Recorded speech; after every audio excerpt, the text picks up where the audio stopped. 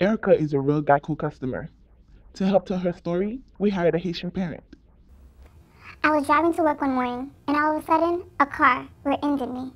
Conduis bourk, moi. Pendant sou machin, avant trop temps, ou ti tap frappé des bourk lampadaire. I was in total shock. T'as saisi moi là, moi? Nous chaviré, tombé. Pas de petit bourk là, pas même genre, quoi. Luckily, I had Geico, and they resolved the problem. I got my check in 2 days. Moi, le mon assurance. Bon, donc, qui ça, mon nan sous téléphone nan dim comme ça? Yo pas bon l'argent pour bourk là, parce que seule machine nan yo couvri. Konya, et pas qu'on me ti bourk là? Qui différence ça fait? What difference does that make it, eh? Hiya. What is this in front of my face? Qui ça ça y est?